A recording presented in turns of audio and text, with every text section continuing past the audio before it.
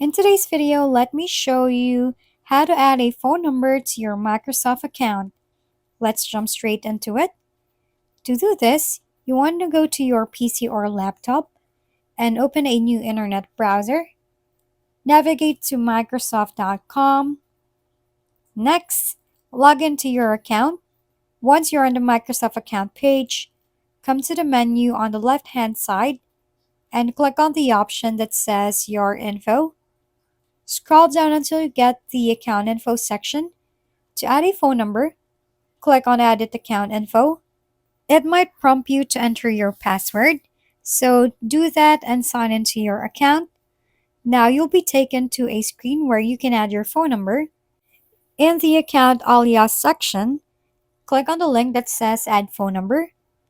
Enter your country code and your phone number. Once you've done that, press the blue Next button at the bottom. You might need to do a quick verification. Complete the verification and a code will be sent to your phone. Enter the code that is sent through.